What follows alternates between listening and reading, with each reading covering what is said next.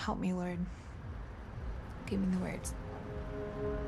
I was all over. So I was trafficked in the strip clubs, on the streets, on the internet, the casinos, and pretty much everywhere I went. People would come up to me all the time when I was in the streets and the clubs, and they would minister to me, and I would cuss them out and be so mean to them. I'd be like, if there's a God, where is he? Like, why did this happen to me when I was a little girl? Why would he allow this to happen if he's a good God that loves me?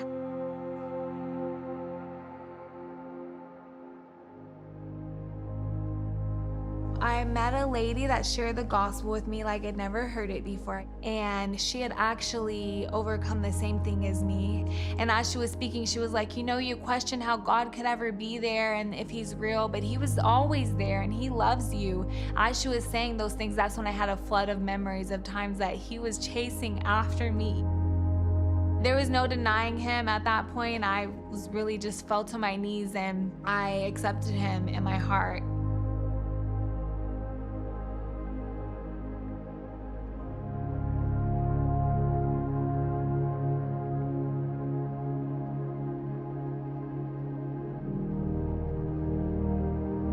When she came into this house, she was somewhat timid and very unsure of herself.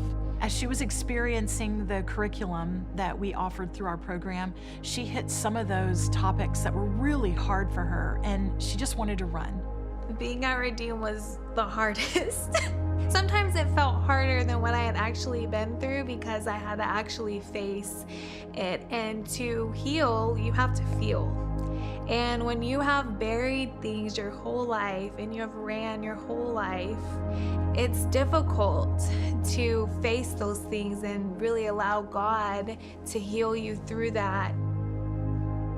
She stayed in the house 2 years and 1 day, knowing what she wanted in her future and knowing that now she's working in her job that she considers to be her dream job as a hairstylist. Her journey with the Lord has been an amazing thing to watch, and seeing her joy increase has been an amazing feeling. I just praise God. I'm so grateful for the people he put in my life that didn't give up on me and that kept loving me when I pushed them away. No matter how much I'll push them away, they never gave up on me, and sometimes it doesn't seem real.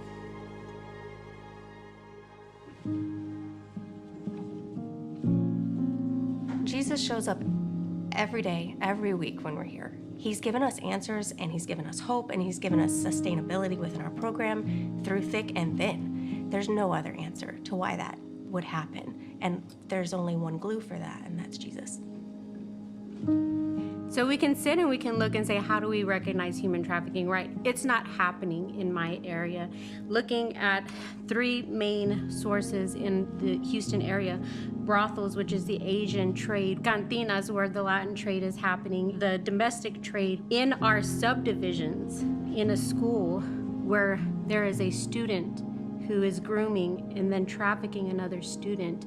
These conversations are happening whether we're a part of it or not. So as a church, we need to rise up and we need to speak to our families, speak to our children. They're our next generation. Again, God has called us to learn and to rise up, and he provides us with opportunity to equip us, but he doesn't just do it for us. He does it as a call to go.